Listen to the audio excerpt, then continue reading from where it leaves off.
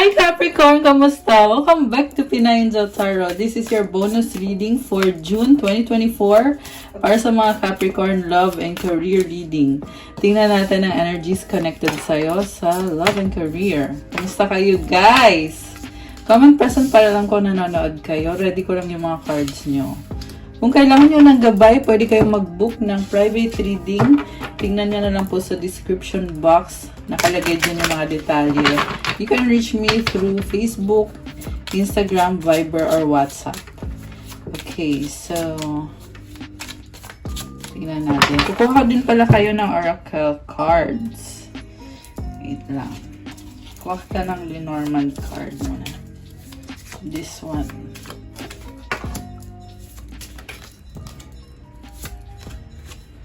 Okay, so ang lumabas na card is Snake, Stork, and Child. Something about deception. Siguro may trust issue dito guys, pero maayos nyo naman. Andito kasi yung Stork and yung Child. There is excitement. Parang nasa point na kayo ng connection nyo ngayon na gusto nyong ma-secure talaga na siya na talaga yung person na makakasama mo. And there is love, there is movement. Kasi andito si Stork. Mukhang ini-enjoy mo ngayon yung love life mo. Wow, di ba? May pa-Queen of Hearts. Okay. Also, yung energy ng Child symbolizes exciting na opportunity.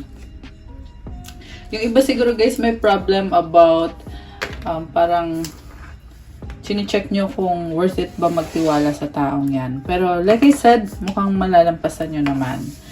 And from this deck, ang nakuha mong card is King of Talismans, Prince of Talismans, Strength, King of Candles, and the Judgment card. Very practical na energy mo. Sa totoo lang may mga problema ka, lalo na sa finances o sa trabaho. Pero kaya mo namang ayusin. Mukhang nagpo-focus ka talaga ngayon. And marami kang kadil na tao. Malalampasan mo din to kasi sa dulo meron Judgment card. Possible may kailangan desisyon na gawin. Queen of Candles. Lumalakas ang confidence mo ngayon. Marami kang na-attract na tao. At as long as gawin mo yung part mo, makukuha mo kung ano yung wini-wish mo.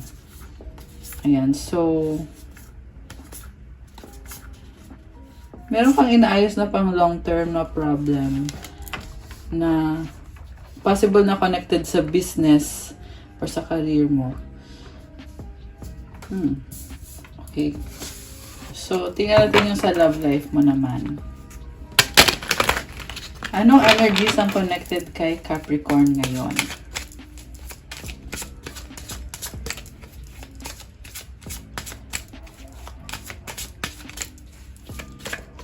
Okay. Unang card mo is Temperance, Patience. Mayroon ka atang hinihintay pero sabi dito patience, hindi ganun kadali. Judgment.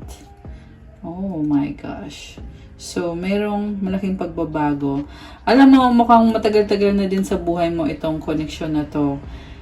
Kaya, gusto mo nang level up, gusto mo ng solid foundation, pero sabi kailangan pang maging patient.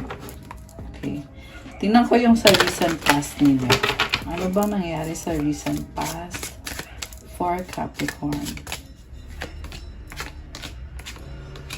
Four of Cups, Ten of Pentacles, Ten of Cups. So, nahanap mo na yung taong gusto mo. And may dalawang 10 dito So, feeling mo dito, yung pinaghirapan mo, nakukuha mo. Pero meron ka pang isang hinahangad pa na hindi mo pa nakukuha kasi andito si Four of Cups Possible din na may offer sa'yo. May in-offer sa'yo yung taong yan. Dati, ayaw mong tanggapin. Kasi very stable and confident ka sa sarili mo. Parang nahihirapan kang magtiwala. Okay. And then, Magician sa bottom of the deck. Ready ka na. Oh, okay. So, marami kang pinagdaanan din na connections or relationships na hindi na workout. Pero nung dumating yung taong yan, na-feel mo na ready ka na. Although parang hindi mo alam yon, hindi mo alam na ready ka na. Kaya natatakot kang mag-commit. Parang hindi mo pa ata tinanggap agad yung proposal niya sa'yo. Tingnan natin yung nasa current energies. Also, nasa point ka na maganda yung career mo, confident ka sa sarili mo nung time na nakilala mo yung taong yan. Sa current energies, Queen of Pentacles, Two of Swords, Nine of Wands. Gusto mong tulungan yung taong yan, pero natatakot ka na pag ginawa mo yun, baka bumalik ulit yung mga problems for some reason. Dati mo na kasi siyang tinulungan and parang hindi sinusuklian yung effort mo para sa kanya.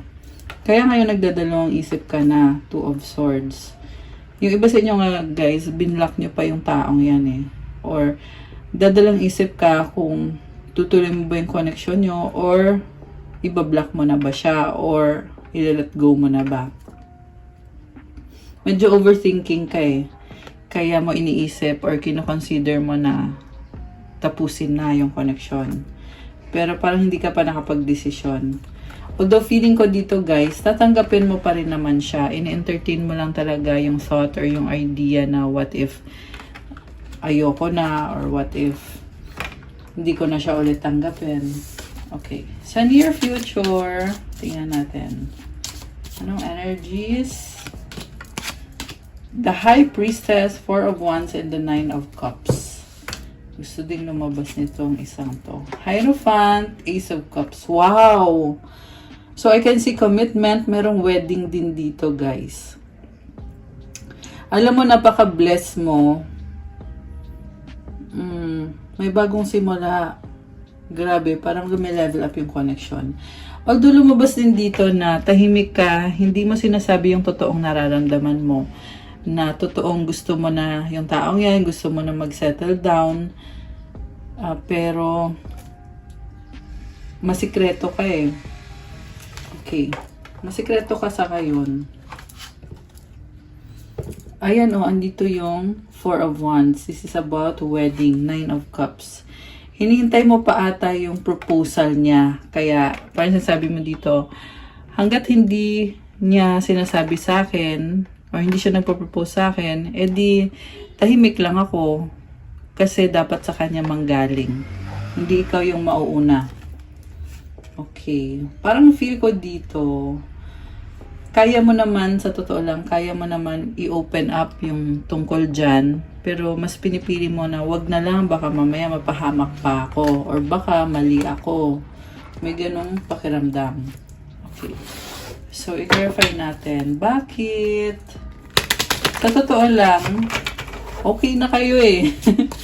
Okay na kayo, pero nakakapag-isip ka pa rin na kung totoo ba to, kung dapat mong magtiwala sa kanya. May nakita din ako na parang nahihiya kang aminin na yung totoong feelings mo. Four of Pentacles, the Universe, Nine of Wands. Oh my gosh. So, andito ulit oh. Two of Pentacles, Seven of Pentacles. Okay, mukhang busy ka din kasi ngayon. Parang kinukulang yung sa finances mo. Kaya feeling mo kailangan mong mag-focus, kailangan mong mag-concentrate sa trabaho. Although mukhang nasa sayo naman lahat ng pangangailangan mo. Ten of Pentacles, may legacy ka. Strength. Medyo nag-aalala ka. At the same time, alam mo din naman na maayos yung finances mo. Okay, medyo meron ng energy na parang feeling mo kulang, pero alam mo din naman na maayos yan. Page of Wands, okay, bago yung energy mo ngayon. Ten of Swords, may nagtapos, may bagong simula, may possible na project na maaayos. Pag naayos na yan, parang feeling mo, bagong-bago ka na. So, siguro, kailangan mo ng determination para magawa mo na talaga yan. Kasi, malaking success to para sa'yo. Ayan, sa finances mo yan. So, balik tayo sa love life kasi lumabas dito na natatakot kang mag-risk. Pero nag-a-adjust ka pa rin. Parang sinasabi mo dito, tagal-tagal mo nang nagtitiis sa taong yan. 10-10 on the clock. Oh my gosh, may angel numbers kayo, guys. So, number 10 is leadership. And I feel like ikaw yung talagang magdedesisyon kung pagpapatuloy mo yung connection ninyo at gagawin mo naman. Although, parang feeling mo dito, ano ba yan? Ako na naman ang mag-a-adjust. Natatakot na ako masaktan. Pero gagawin mo pa rin kasi nga gusto mo siya, mahal mo siya. So, ito ka na, bagong-bago, marami kang natutunan, mas lumalakas ka. Kung dati feeling mo, susuko ka na, pero ngayon nagtataka ka, bakit parang kinakaya ko pa rin? Bakit parang dito pa rin ako lumalaban? So, parang dinideny mo na sobra na yung sakripisyo mo dyan. Kumbaga parang ini-ignore mo, hindi mo na lang iniisip. Kasi feeling mo talaga dito, talo ka. Kasi lagi mong binibigay yung best mo sa taong yan. Lahat ng effort, gagawin mo. Ayan, meron ka kasing 9 of Wands dito.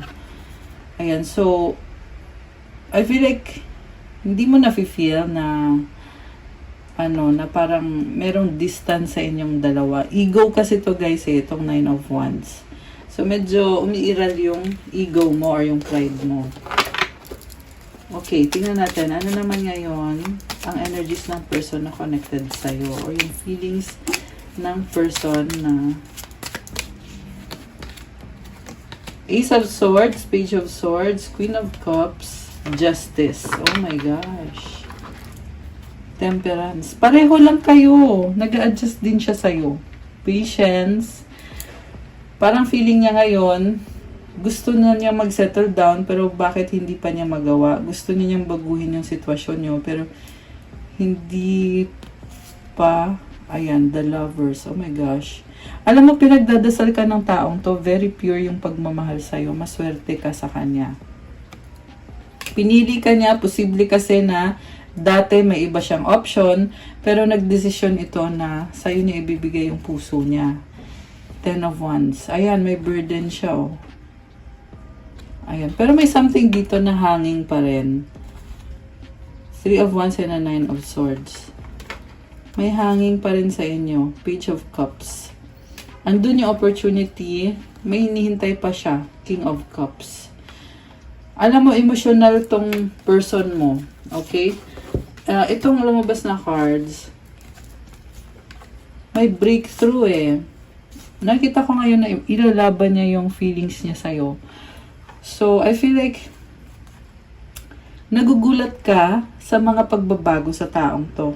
Na bakit parang biglang pinaglalaban mo ko. May nakita ko dito guys na bigla ang magme-message sa'yo. Bigla ang magsustok sa'yo, titingin sa social media mo. Naghahanap siya ng impormasyon. Kasi masaya siya sa'yo, mahal ka niya. Justice is about balance. Ito din yung lakas niya Ayan, may langaw.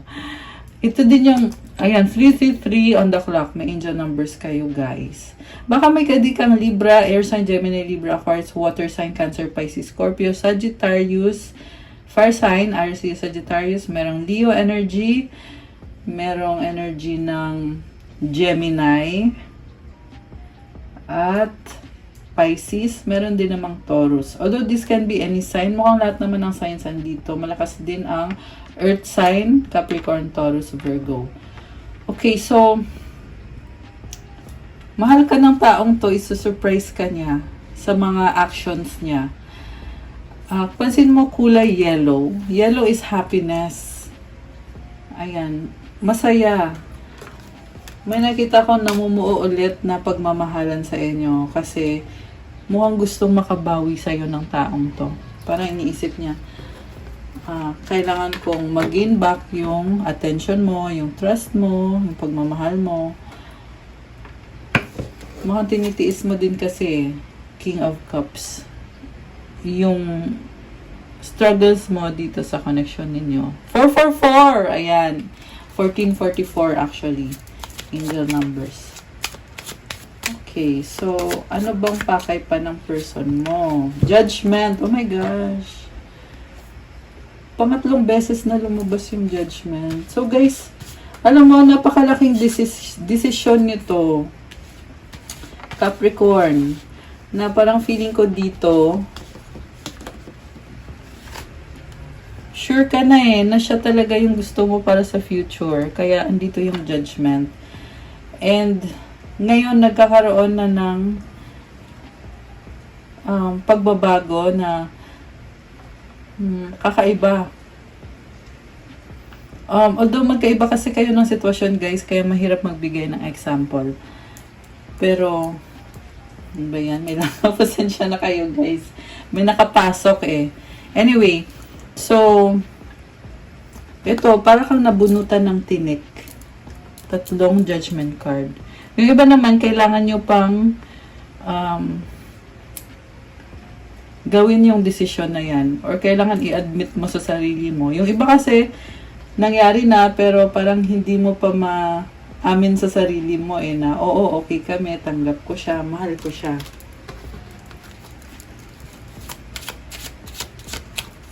May nakita din ako dito na may pinag-aaralan kang documents, legal documents.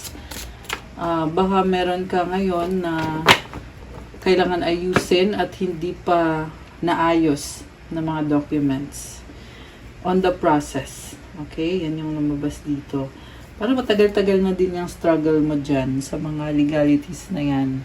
So, siguro it's time to once and for all na para ayusin mo yan. Yung iba kasi connected sa wedding. O baka pinaprocess nyo yung kasal nyo. Or baka may dati kang partner na nag-divorce kayo or nagpa-annul kayo. At kailangan mo siyang tapusin para ma-pursue mo yung bagong relationship mo. Ayan. So, depende. Iba-iba din kasi kayo ng sitwasyon. Okay. So, tingnan natin yung next cards. Page of Pentacles, Knight of Pentacles, Three of Swords, King of Wands. Mukhang merong humahabol-habol sa'yo matagal na. Parang iba tong taong to. Eight of Wands, Six of Swords. Merong mensahe. Merong magta-travel. Okay. Pinoproblema mo Oh. Ano kaya to? Other person yung nakikita ko. Okay. Ang tumalon. Five of Cups, Two of Wands. Meron kang hinihintay na opportunity na bumalik. Ayan. So,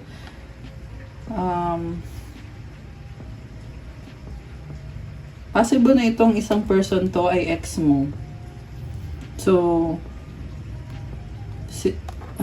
tinitingnan mo ano bang kailangan ng taong to sa akin. Kasi bumabalik yung feelings mo na malungkot, emosyonal. So, umiiwas ka sa ganon. Okay. Bakit pa bumabalik yung mga yan? May pa-side comment. Ayan. Minsan kasi bumabalik talaga yung memories. Depende kasi sa panahon yun. Okay. So, Nine of Cups, Five of Wands, Knight of Wands. Maraming tao sa paligid mo, nagsasaya. Pero ikaw, parang nalito ka dito. Ano bang gagawin ko dito? I feel like mas gusto mong mag-isa. Ayan. Mas gusto mo yung may peace of mind ka. Okay, so, balik tayo dun sa main person. Ano bang outcome dito sa connection ninyo? Ace of Cups, new beginning. The Hanged Woman. Six of Pentacles. Oh. Solid na itong bagong simula nyo, parang iniisip mo yung mga dati mong mga naging desisyon sa past. At babawi ka rin sa kanya. Parang kayong dalawa pareho gusto nyong bumawi sa isa't isa.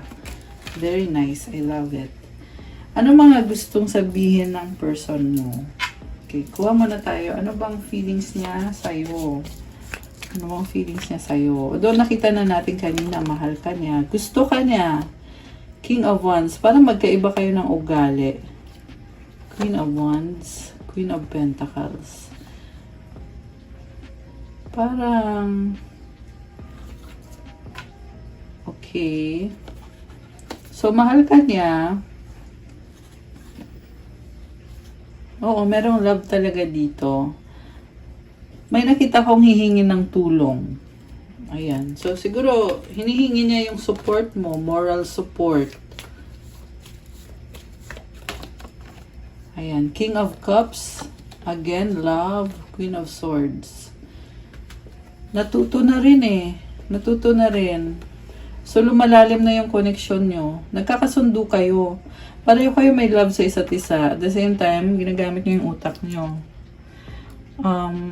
Feeling ko dito, it's a good time na mag-usap kayo kung matutuloy ba sa kasalan yung inyong relationship. Kasi you have clarity of mind. Ano mga gustong sabihin ng person mo?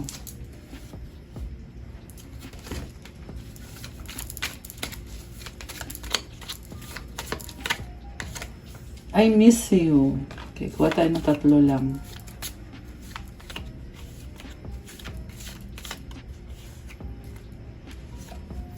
I am excited for our future. Wow! I want to be with you. Okay, very nice. All positive.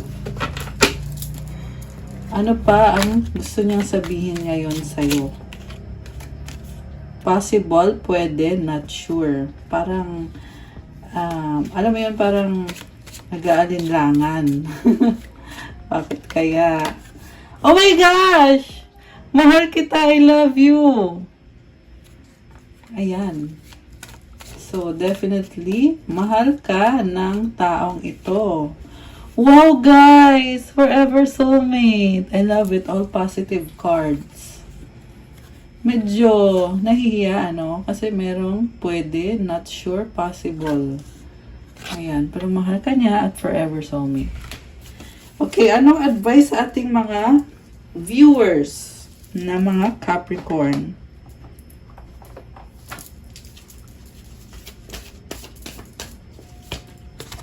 Okay. Spaciousness. What do I no longer need?